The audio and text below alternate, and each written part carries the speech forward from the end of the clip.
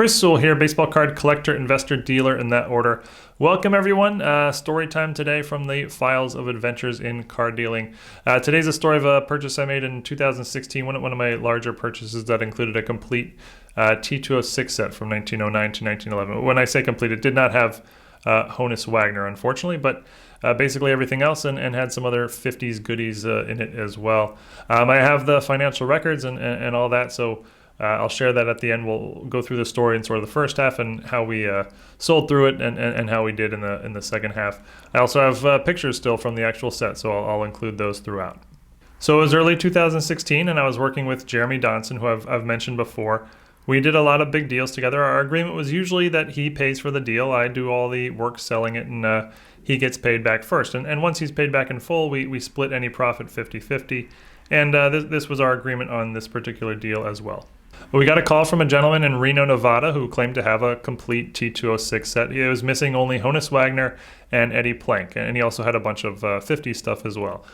Often when you get a call like this, it's just someone who doesn't really know anything about cards, and they have a bunch of reprints. But this guy sounded totally legit. He had put the set together himself one by one in the 1980s. So we agreed to drive up and meet him in Reno to take a look at the collection. Now, I was in Los Angeles and Jeremy was in Arizona. It was about an 8-hour drive for me. I left on Friday morning with the agreement to meet the gentleman in Reno on Friday evening. He did not want to meet at his house, so we met in the restaurant of the hotel where I was staying. Jeremy could not get up for work on Friday, so he actually left after work and arrived around midnight after I had taken a look at the cards.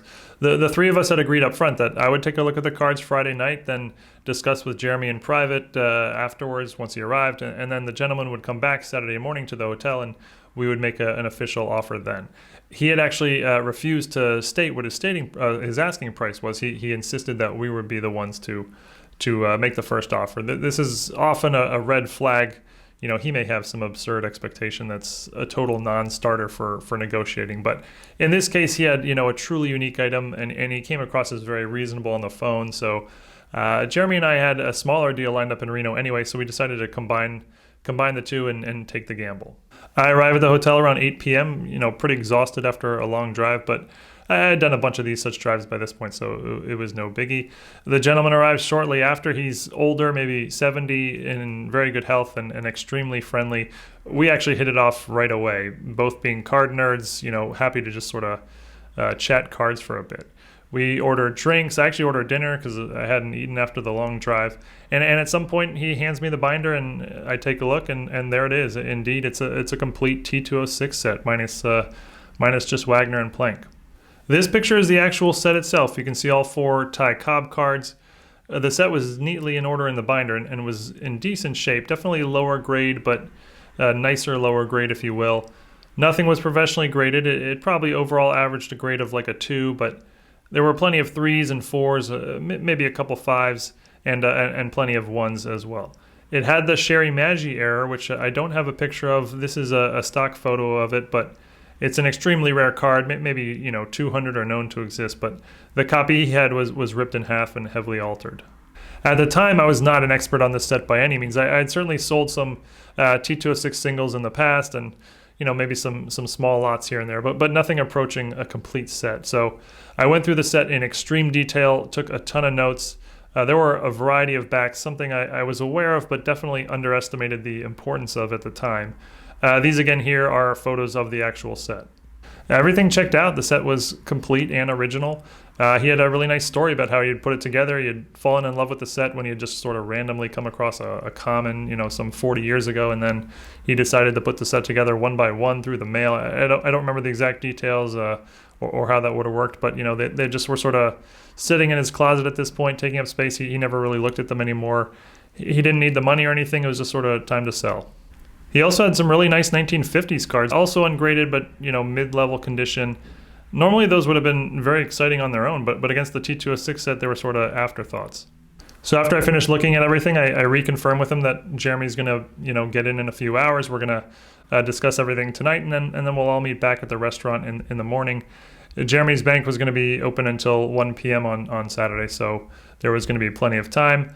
We shook hands, and I went and lost a few bucks at the casino before Jeremy arrived. Jeremy and Guy got in around midnight.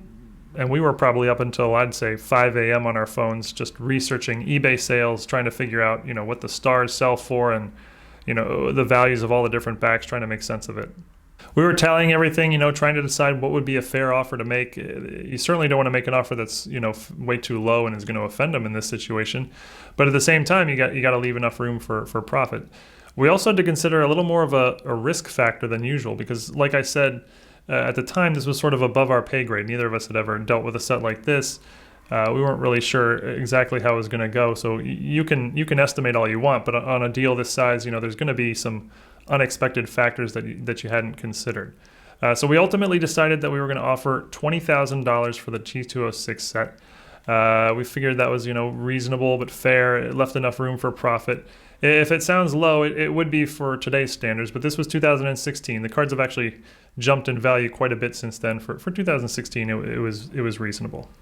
The 50 stuff was going to be another 10 grand or so, as it included a lot of nice 54 and 55 Topps cards with major stars, a 54 Bowman football complete set, as well as some other goodies. But the gentleman had wanted to negotiate the T206 and the 50 stuff separately. So we all get to the hotel restaurant in the morning, and Jeremy had actually wanted to go to the bank beforehand to pull out the cash and have it available on hand. But I told him no need. This is a no pressure deal, and I already explained to the gentleman that we would go to the bank after the deal was agreed upon, and there would be plenty of time, and he was fine with that. More on that coming up shortly. This time his wife came along with him, so there were now 4 of us. She was super friendly as well. And now it's time for us to make our offer. Now, I'm actually not particularly good in this situation, especially when you're dealing with something, I don't consider myself an expert on.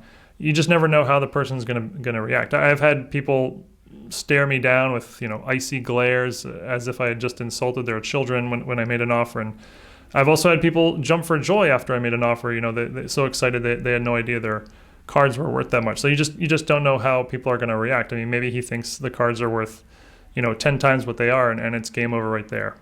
But luckily for me, my boy Jeremy is much more comfortable at the negotiating process, so he ran the show, and he's the one who stated the number, $20,000. The gentleman paused, kind of kept us in suspense for a minute, and then he came back and said, I'm really looking for a $25,000. Well, this was a huge sigh of relief for me because this means a deal is going to get done. We're at 20, he's at 25. We're close enough. It's just a matter of where we're going to meet in the middle. Chances are he actually didn't know what a fair price for the set would be. So whatever we offered, he was just going to come back at 25% higher. And if that's how he played it, good for him. We ultimately agreed on $22,000 for the T206 set. We then did the 50 stuff and came to $9,000 for that. So we owed the gentleman $31,000. Deal done. Now all we had to do was pay him. He didn't have a PayPal account. We had different banks, so we couldn't do a bank transfer. Obviously, he wasn't going to take a check, so it had to be good old-fashioned cash. No problem. It was maybe 10 a.m. The banks were open till 1, so Jeremy left to go pull out the cash, and I stayed and chatted with the couple. We had done this sort of thing plenty of times before. But then we hit an unexpected problem. Apparently in Reno, there are a lot of gambling addicts, and banks are not eager to allow people to withdraw large amounts of cash. Jeremy's bank had a max withdrawal limit of $5,000. This was not something we'd ever experienced before in our home cities. Usually they, ask for multiple forms of ID and maybe ask some security questions and have you sign something, but never a max withdrawal limit with no workaround. He called me and told me the situation. I excused myself and I went to my own bank. I had a different bank than Jeremy. Maybe there was a different rule, but same rule applied there. I could only pull out $5,000. So now combined, we only have 10. I realized I could go to another branch of my bank and pull out another $5,000 there, which I did. But now I had 10, but that was the last branch of my bank in the area that I could make it to in time. I was maxed out. We started panicking a bit as it's getting closer and closer to closing time, and the banks weren't going to reopen until Monday, and neither Jeremy nor I could stay until Monday, and even if we could, that would give the gentleman 2 full days to change his mind and back out. There were no other branches of Jeremy's bank in the area, so we were really running out of options. So then Jeremy goes into full-on angry customer mode. Thank goodness he did. He starts yelling at the bank manager. At one point, he gets the bank manager of his Arizona branch on the phone, threatens to switch banks, puts up a huge fuss. The bank's closed at 1 o'clock, and it's something like 12:55. They approved him withdrawing $21,000, meaning we just barely pulled it off. We arrived back at the restaurant with $31,000 in cash. The stacks are actually much bigger than it should have been because Jeremy's bank had run out of $100 bills. They had given us a bunch of 50s and 20s. We find a corner booth as far away from any other customers as possible and start counting the cash underneath the table. And then we hand it to the gentleman and let him count it as well. We were in a very safe restaurant in a safe hotel in a safe part of town, but still very uncomfortable. But in the end, everything checked out. He counted it. It was all good. We shook hands. Everyone very, very happy with the deal. We all had lunch together, and then we all split up and headed home. The cards in the trunk of my car. Jeremy called me from the road to lecture me about how we should have had the cash up front, a lecture I definitely deserved.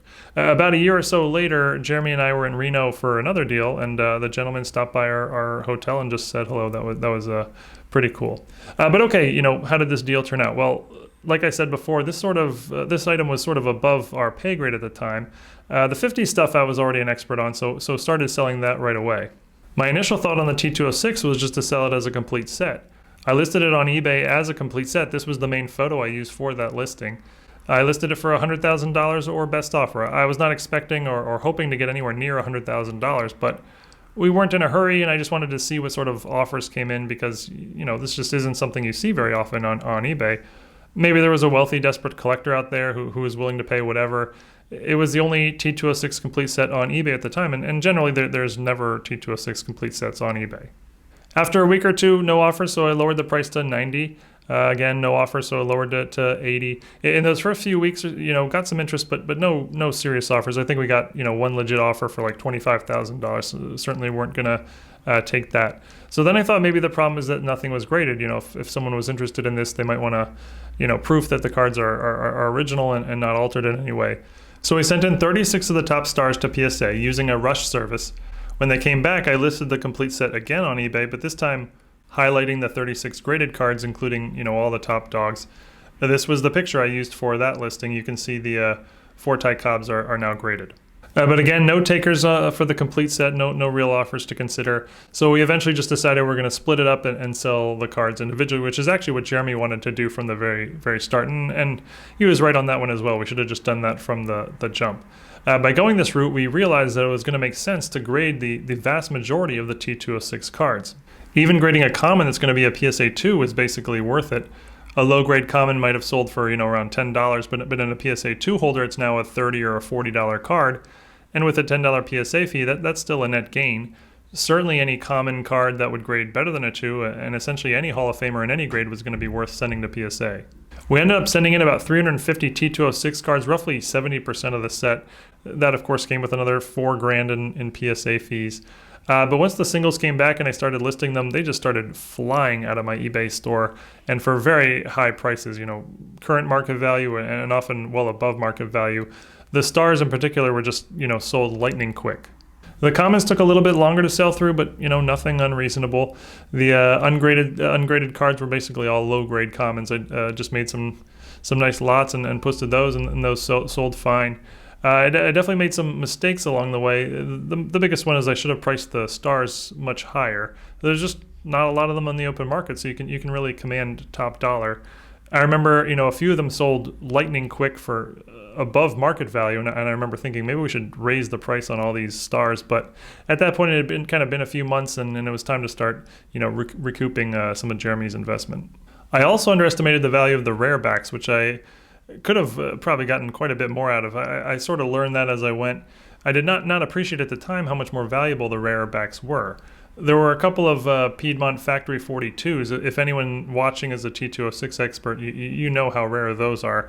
And I basically didn't even realize there was a premium on them. I sold a couple for maybe $100. Probably could have gotten 10 times that. Here are some of the bigger cards. These are actual pictures from the deal. The 4-tie Cobs, you can see the one in the lower right is a Tolstoy back. That's a pretty tough back. Jeremy actually kept that one for his personal collection. The red portrait in the lower left we sold for $1,800. The green portrait in the upper left we got $1,700. Again, if these numbers seem low, they are by today's prices, but 5 years ago they were fine. The Walter Johnson in the upper left was the best grade we got in the whole group. Look at that beauty, a 5.5 old mill back. Jeremy kept that one as well. The Johnson portrait, 2.5 in the upper right, sold for $750. The Cy Young's on the bottom there. The green portrait PSA 2 Cy Young in the lower right went for $700. Here's Christy Mathewson and Tris Speaker. You can see most stuff was in the PSA 1 to 4 range, lower grade, but the cards were certainly presentable lower grade. Tinkers to Evers to Chance, that's the famous Chicago infield. These are all Hall of Famers. Home Run Baker, Napoleon Lajoie, Zach Wheat, Three Finger Brown, Wee Willie Keeler, Chief Bender. The Bill O'Hara and the Ray Demmett in this picture are commons, but they are ultra rare. Pretty low grades on those, but still a good value. The Demmett we sold for $1,300, and the O'Hara got $1,000 even, despite it having a ripped back. The entire deal led to 784 unique eBay listings for me. Sold 100% of the deal on eBay, although both Jeremy and I kept some cards for our personal collection. Jeremy actually started putting together a T206 set of his own using some of these cards as the jumping off point. The financials look like this. The cost of the deal was $31,000. Hotel, gas, and meals was $630. My notes say we had $597 worth of bank fees. I actually don't remember why that was, but it's here in my notes. And we spent nearly $4,000 with PSA. Total cost of the deal was $36,100. In months 1 and 2, we had very few sales, as I was trying to sell the T206 set as a complete set, and we were waiting on PSA for a while. Sold some of the 50 stuff early on. By month 3, some of the graded stuff had come back. You know, how I long for the days before the grading company backlogs. Sold 6,300 in month 3. These numbers are all rounded to the nearest 100. And by month 4, everything was back from PSA and listed. Did nearly 20,000 in month 4, almost 16,000 in month 5. We surpassed the break-even mark early in month 5. Basically, that's when Jeremy's fully recouped his money.